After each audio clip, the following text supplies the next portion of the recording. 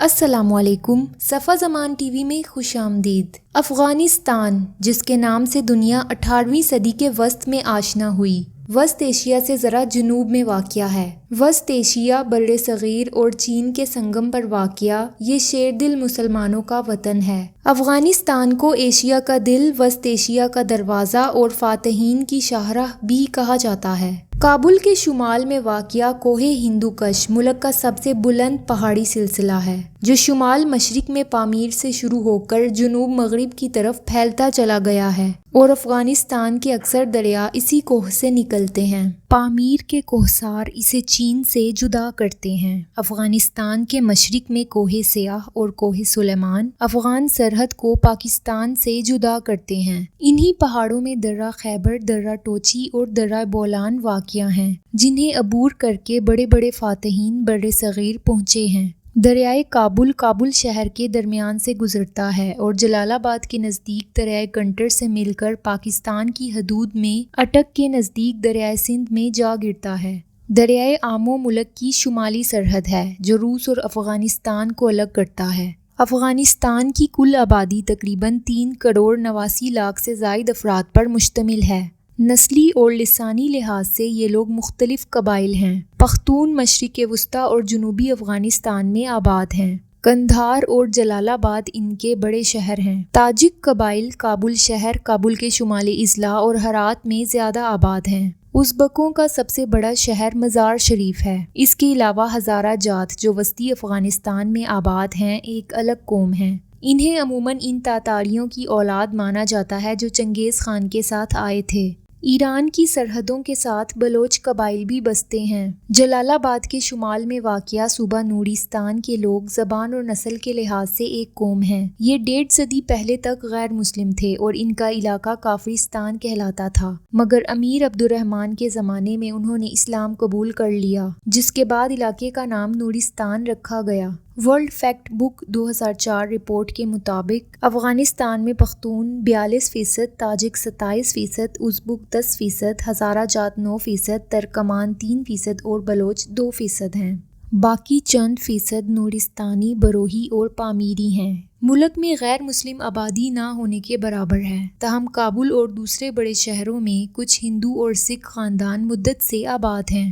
ہندو زیادہ تر تجارت پیشہ ہیں۔ افغانوں کے آباء و اجداد کون تھے؟ افغانوں کا لقب کس قوم سے جا کے ملتا ہے؟ اس سلسلے میں مختلف آراء ہیں اور کسی کو حتمی نہیں کہا جا سکتا۔ افغانوں کے ہاں مشہور روایات بتاتی ہیں کہ ان کا جد امجد کیس نامی شخص تھا۔ کیس کے 3 بیٹے تھے، سار باڑی، بتان اور غورغشت۔ سار باڑی کی اولاد سے سدوزئی، اچکزئی، بارکزئی اور شنواری قبیلے نکلے۔ بتان کی اولاد سے غلزائی، لودھی اور سوری قبائل ہیں۔ غورغشت کی اولاد سے مندوخیل، کاکڑ، صافی اور موسیٰ خیل پیدا ہوئے۔ افغانوں کے بارے میں ایک اور نظریہ یہ ہے کہ یہ آریاؤں کی اولاد ہیں، جو وسط ایشیا سے نقل مکانی کر کے افغانستان آئے تھے اور پھر ہندوستان چلے گئے تھے، مگر ان میں سے بہت سے یہیں رہ گئے۔ افغانستان کی تاریخ اور یہاں کے باشندوں کی نفسیات کا مطالعہ کیا جائے تو 3 خصوصیات بہت واضح نظر آتی ہیں: ایمان، آزادی و خودداری اور جہاد۔ افغانستان کے اسلامی عہد کا جائزہ لیتے ہوئے ہمیں بخوبی نظر آئے گا کہ صدیوں سے حق و باطل کے مارکے افغانستان کے میدانوں میں لڑے جاتے رہے ہیں۔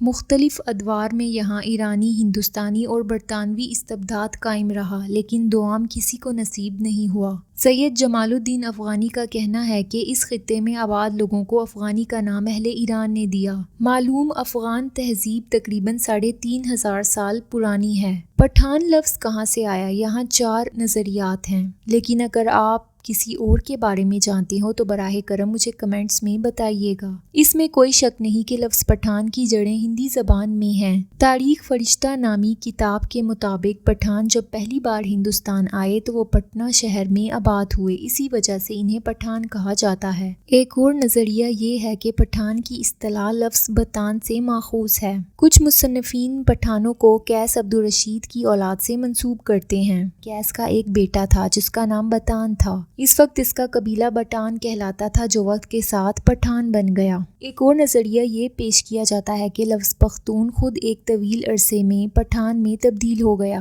جبکہ ایک نظریہ یہ ہے کہ پٹھان عربی زبان کے لفظ بتان سے لیا گیا ہے۔ ہمارے نبی حضرت محمد صلی اللہ علیہ وآلہ وسلم نے پہلے پختون مسلمان قیس عبدالرشید کو بتان کا لقب دیا تھا۔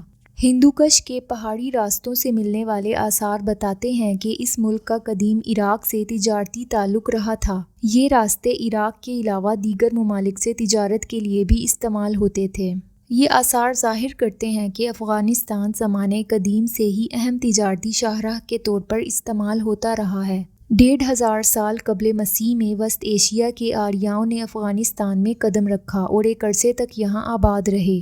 اس دور میں اس ملک کو آریانہ کہا جانے لگا۔ اس دور میں یہ ملک درجنوں قبائل اور نسلوں میں منقسم تھا۔ سیاسی حد بندیاں اس کے علاوہ تھیں، جس کی بنا پر یہ پورا علاقہ شدید انتشار کا شکار تھا، مگر بیرونی حملہ آوروں کے مقابلے میں یہ سب یکجان تھے۔ جزیرہ نمائے عرب کی طرح یہاں کے آزاد منش قبائل پر بھی کوئی بادشاہ اپنی حکومت مسلط کرنے کی جرأت نہیں کرتا تھا۔ شاید یہی وجہ تھی کہ سامراجی مزاج کے حامل آریاؤں نے اس کی بجائے ہندوستان میں سکونت اختیار کرنے کو ترجیح دی۔ آریاؤں نے جب گنگا جمنا کی وادیوں کا رخ کیا تو یہاں آتش پرستوں نے اثر و رسوخ حاصل کر لیا۔ 600 قبل مسیح میں یہاں آگ کی پرستش عروج پر تھی۔ 331 قبل مسیح میں یہاں ایرانی بادشاہ دارا کی حکومت تھی۔ 330 قبل مسیح میں یونان کا شہرہ آفاق حکمران سکندر اعظم یورپی ممالک پر فتوحات کے جھنڈے گاڑنے کے بعد افغانستان کی جانب بڑھا۔ ایرانی بادشاہ دارا کی شان و شوکت اس کے سامنے ڈھیر ہو گئی۔ افغان قبائل نے اس کا ڈٹ کر مقابلہ کیا۔ اس دور میں افغانستان کے جنوبی اضلاع آریانہ اور ارکوسیہ کہلاتے تھے اور شمالی حصہ باختریا کے نام سے مشہور تھا۔ ان سب اضلاع کے قبائل سکندر کے خلاف اٹھ کھڑے ہوئے۔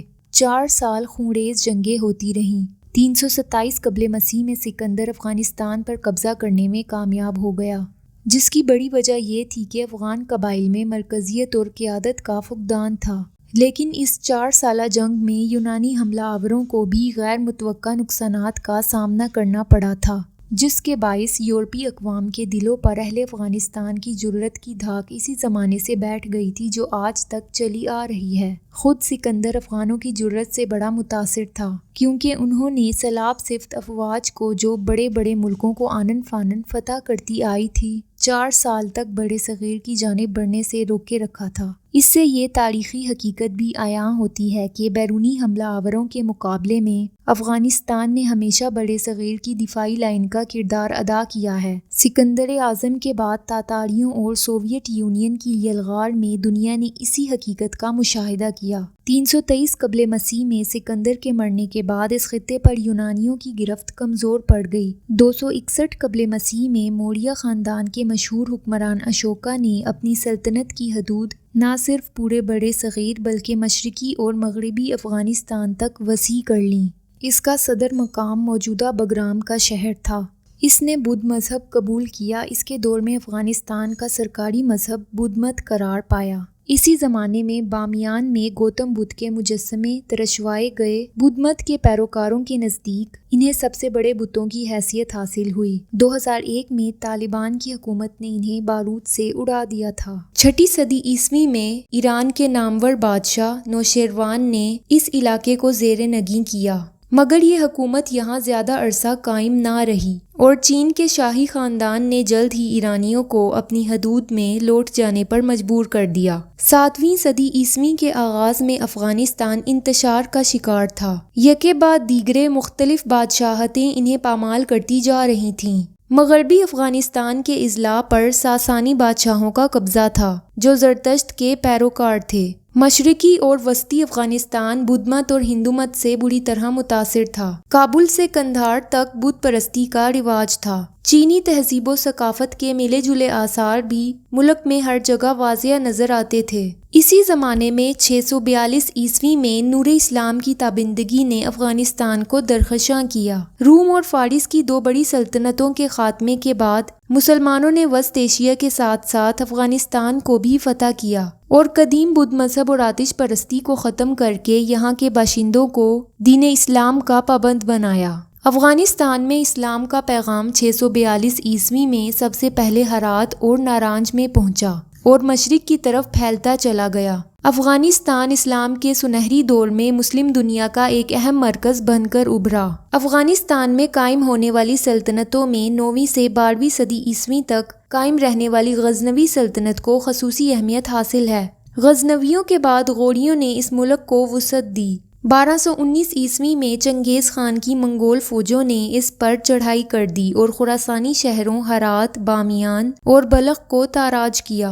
فارس کے صفوی اور ہندوستان کے مغلوں نے یہاں تسلط جمانے کی کوششیں جاری رکھیں۔ 1233 عیسوی میں افغانستان میں آخری غوری سلطان کی ہلاکت مغلوں کے ہاتھوں ہوئی، جس کے بعد تیموری دور کا آغاز ہوا۔ صفویوں کو ہوتکیوں نے شکست دی۔ 1738 عیسوی میں ایرانی بادشاہ نادر شاہ افشار نے افغانستان پر تسلط جمانے کی کوشش کی۔ قیام پاکستان سے ٹھیک 200 سال پہلے 1747 میں نادر شاہ کا انتقال ہوا تو افغانوں نے متفقہ طور پر احمد شاہ درانی کو افغانستان کا بادشاہ منتخب کیا۔ احمد شاہ درانی کو جدید افغانستان کا بانی کہا جاتا ہے۔ افغان فوج نے احمد شاہ درانی کی قیادت میں موجودہ افغانستان، پاکستان، ایران کے صوبوں خراسان اور کوہستان سمیت ہندوستان کے دلی کو فتح کیا۔ ناظرین کرام، آج کی ویڈیو میں بتائی گئی تمام باتیں میں نے مختلف کتابوں اور آرٹیکل سے اخذ کی ہیں۔ احمد شاہ درانی کی حکومت کی تفصیل، اس کے بعد آنے والی حکومتوں اور افغانستان میں سوویت یونین کے خلاف جنگ سے لے کر موجودہ حالات تک کی تمام تاریخ پر میں ایک الگ ویڈیو انشاءاللہ بناؤں گی۔ میں امید کرتی ہوں کہ آج کی ویڈیو آپ کو پسند آئی ہوگی۔ اگر آپ تاریخ میں دلچسپی رکھتے ہیں تو میرے چینل کو ضرور سبسکرائب کیجیے، اور اگر نہیں رکھتے تب بھی سبسکرائب کیجیے۔ آپ کی دلچسپی انشاءاللہ پیدا ہو جائے گی۔ مجھے اجازت دیجیے۔ اللہ حافظ۔